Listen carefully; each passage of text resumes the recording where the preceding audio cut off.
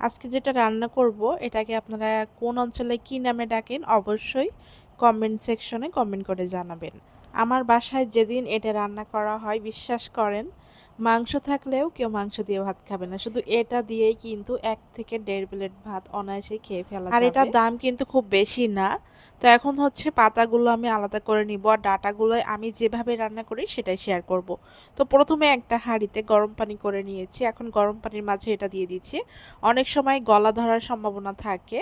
তো এজন্য গরম পানিতে একটু ভাপিয়ে নিলে সেটা আর থাকবে না। আর এটা দেখেন পানিতে দেওয়ার কারণে কিন্তু পানির রংটাই কিন্তু পাল্টে যাচ্ছে। ৪ থেকে ৫ মিনিট আমি গরম পানিতে রেখে তারপর কিন্তু ছাঁকনি দিয়ে ছেঁকে নিব। এরপর বেশ ভালো মতো কয়েকবার ধুয়ে নিব। এরপর রান্নাটা করার জন্য আমি কড়াইয়ে তেল দিয়েছি আর এখানে কিছু চিংড়ি মাছ খোসা ফেলে নিয়েছি, সাথে পেঁয়াজ কুচি এবং রসুন কুচি, সাথে কাঁচা মরিচ কুচিও দিয়েছি। এখন হালকা একটু ভেজে নিচ্ছি। এরপরে এখানে আমি দিয়ে দিব লবণ। লবণটা পরিমাণ মতোই দিয়ে দিতে হবে। আর এরপর দিয়ে দিচ্ছি একটু শুকনা মরিচের গুঁড়ো, একটু জিরার গুঁড়ো, একটু ধনিয়ার গুঁড়ো, একটু হলুদের গুঁড়ো। ব্যাস এই কয়টা উপকরণ দিয়ে এখন ভালো করে একটু মশলাটা ভাজা ভাজা করে নিচ্ছি।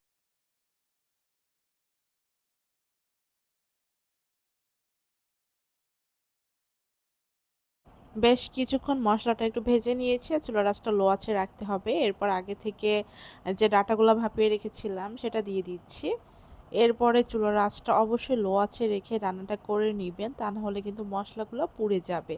আর এখানে কিন্তু সিদ্ধ করার জন্য কোনো প্রকার পানিও দেয়া যাবে না, কারণ ডাঁটাগুলো কিন্তু একদমই নরম হয়ে যাবে আর সেক্ষেত্রে এই ভাজিটা খেতে একদমই ভালো লাগবে না।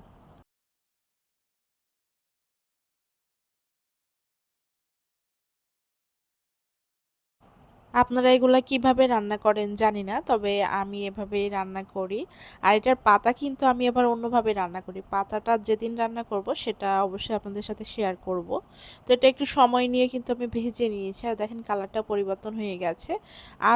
সেই সাথে ডাঁটাগুলোও কিন্তু কমে যাবে। তো আরেকটু সময় চুলায় রেখে দিচ্ছি। আর এটা আমার কাছে খেতে অসম্ভব অসম্ভব টেস্টি লাগে। আপনারা যদি কখনো না খেয়ে থাকেন এভাবে একবার ট্রাই করে দেখবেন। আশা করব আপনাদের কাছে ভালো লাগবে। আর রেসিপিটা যদি ভালো লাগে অবশ্যই শেয়ার করে দিবেন।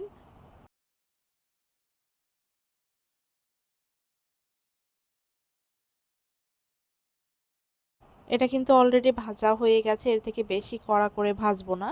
তো এখন আমি সামান্য একটু ভাজা জিরা গুঁড়া দিয়ে দিচ্ছি। চাইলে ধনিয়া পাতা কুচিও দিয়ে দিতে পারবেন।